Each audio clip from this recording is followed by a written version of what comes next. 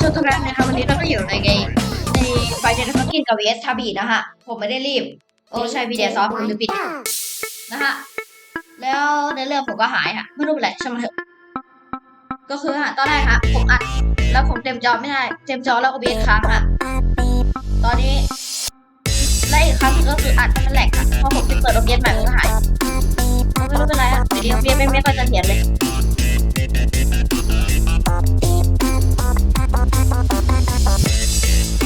ผมจะเล่นโดยที่ไม่มีคีย์แคปนะฮะ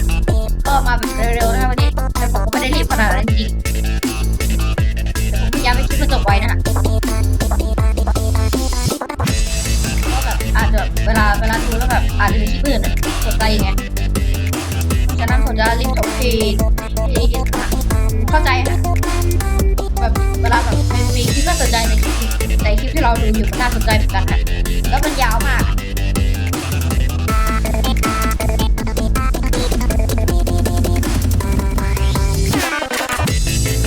เจ็บมือเลยเนี่ย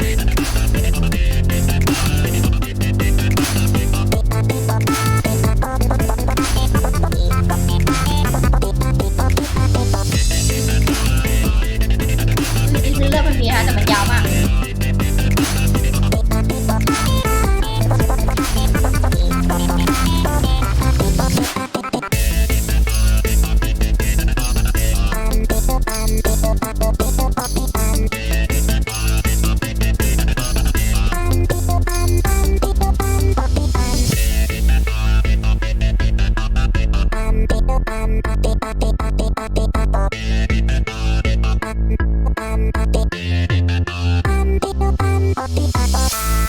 โอเคครับเมื่อกี้ผมคันไหล่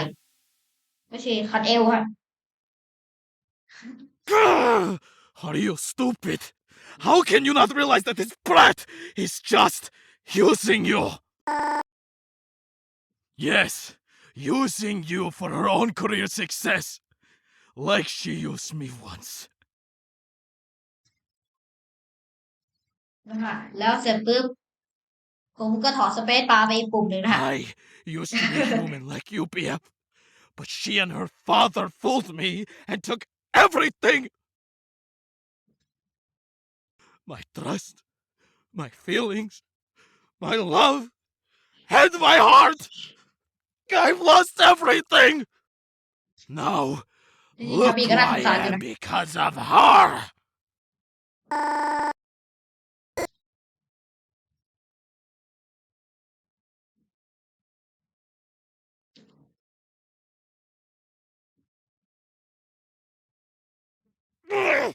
Stop getting in my way, you little freak! Let me end this all now! Alright, that's it.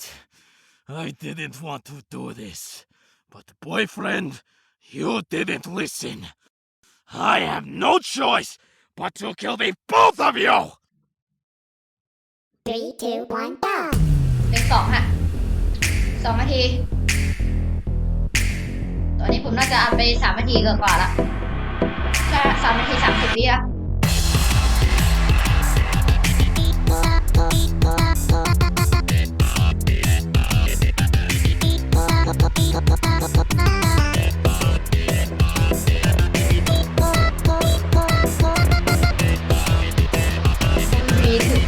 ่มีสเปซวางทำยากเลย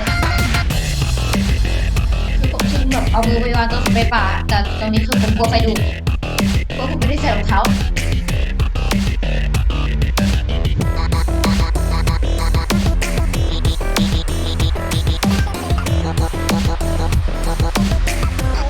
ง่ายกว่าเพลง1แผ่นน่าจะนะดูดิที่ผมว่าเพลง1ไว้เปล่าเพลง2มีบางท่อนค่ะมันยาก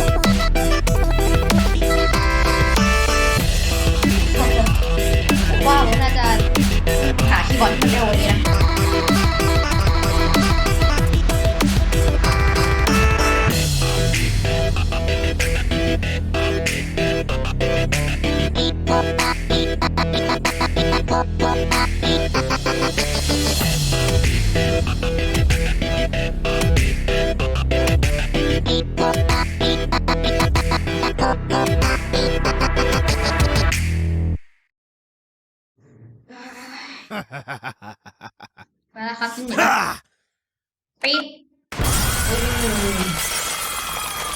แจ้งก่อนดูกินก็มี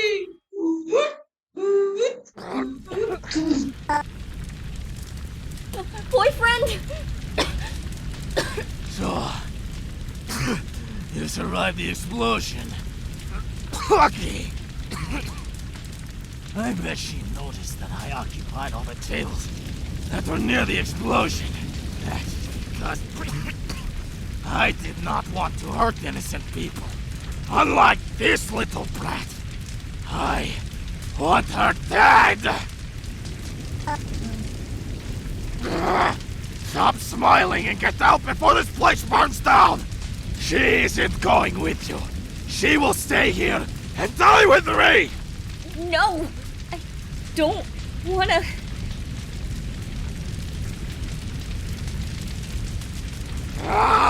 Why won't you get it? She is a monster, but to be sweet and cute, but in reality, she is a manipulative little bitch! Okay. Then we will die here. Together! You, me, and her! We... we'll survive!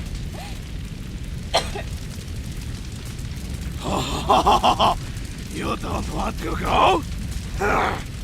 You're pissing me off, little shit. I will. I will kill you! And won't let you hurt anybody else! You hear me, you little brat? Die! Die! 3, 2, 1, go! แล้วก็ตรงนี้แหละ ตรงนี้อะครับผมจะไม่พลาด ผมจะไม่อยากพลาด ไม่รู้ว่าผมจะพลาดเปล่าค่ะ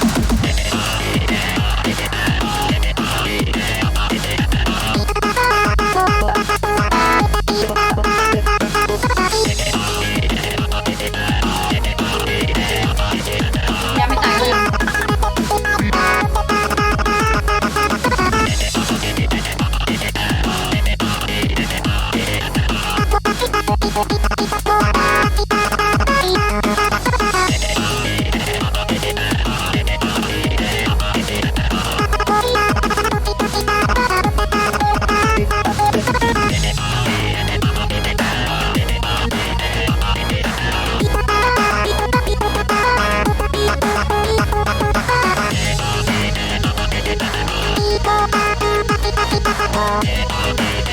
อันนี้มันทำยากมากจริงๆทำยากไอ้ที่แบบรวมแบบให้แบบเวลาแบบไหนตายก็แบบมันจะมีลูกศรอ่ะไอ้ดิ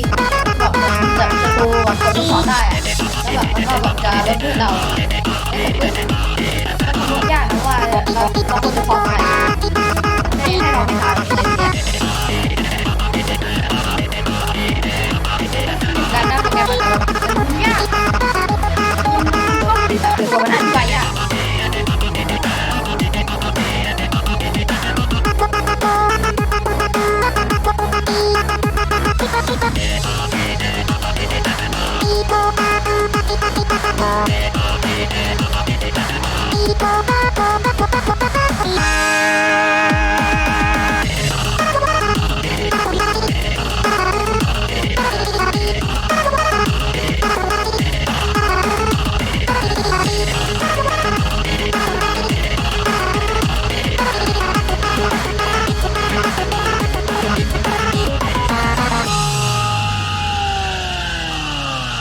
ยากอยู่นะ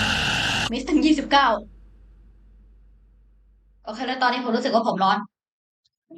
แอร์วันนี้เป็นไรวะเนี่ยก็เนี่ยทำไมวันนี้แอร์เป็นไรวะร้อนชิบเป็นสตอรี่วิคอมตินิวแล้วกล้องผมก็หลุดฮัลโหลฮัลโหลเอาผมว่ากล้องผมพังแล้วแหละเฟ้